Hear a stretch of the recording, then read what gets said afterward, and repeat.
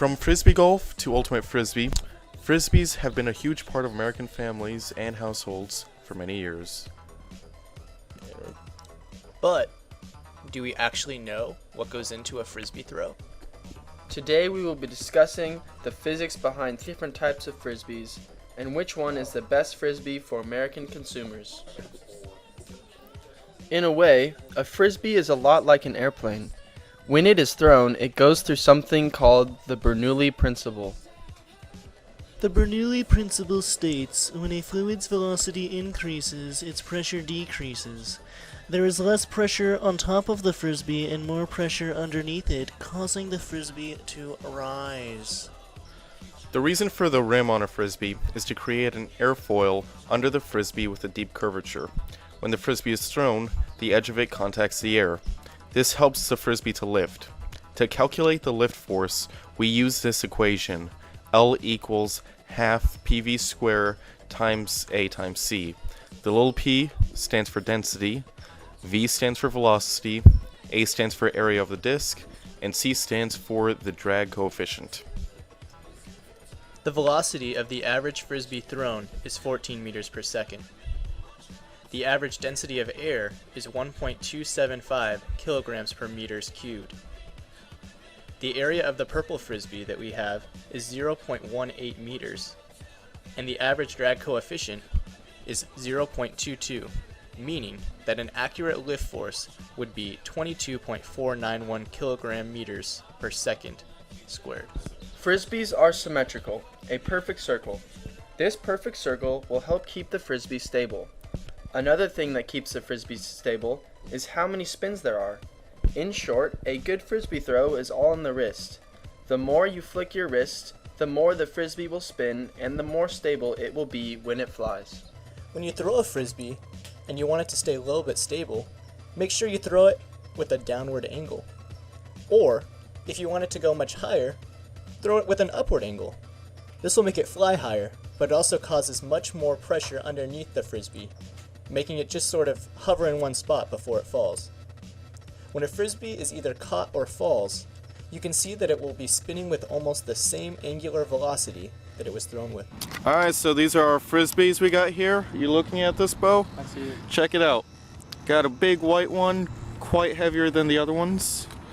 Have a slightly smaller purple one.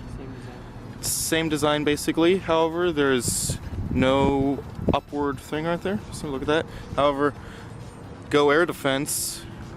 There is a bit of a hump on the red one, and basically the same size as the purple one, but only difference, big hump right there. Finally, we got this little green daddy right here. Big squeegee thing, and quite a bit smaller than the red one. So those are our Frisbees. Let's go check them out. Well, I think the white Frisbee will be the best one because it is the biggest. It also has a nice grip, so it will be easy to put a spin on it. I also like the purple one because it has the same shape as the white disc. This one will probably fly pretty well. The red disc is kind of interesting. The indent of the disc is just as deep in the middle as the purple and white one, but I don't know how I feel about the hump on top.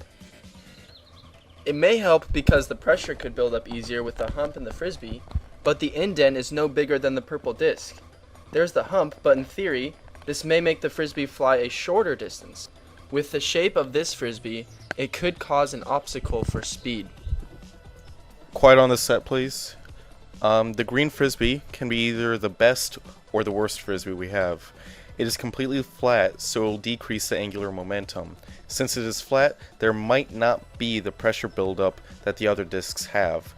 But since it is flimsy, it may create a parachute effect if it is thrown with an upward angle. I think this is going to fly high, but not that far. It has the potential of going far, but it really needs to be thrown at the right downward angle. Otherwise, it will either fall flat or fly too high without going anywhere. We will now test the accuracy and distance of each Frisbee. We chose Ryan to throw each Frisbee 3 times to see how far each one went and where it landed.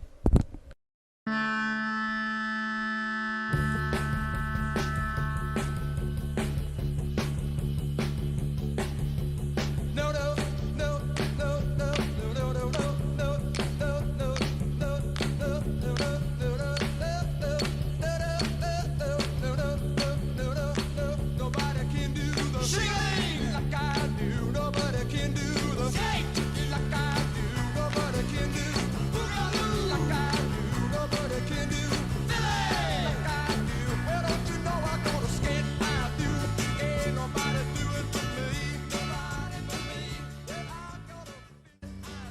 So, after the results, we see that on average, the purple Frisbee threw 37.83 yards, or 34.59 meters. The green Frisbee flew 33.33 yards, or 30.48 meters.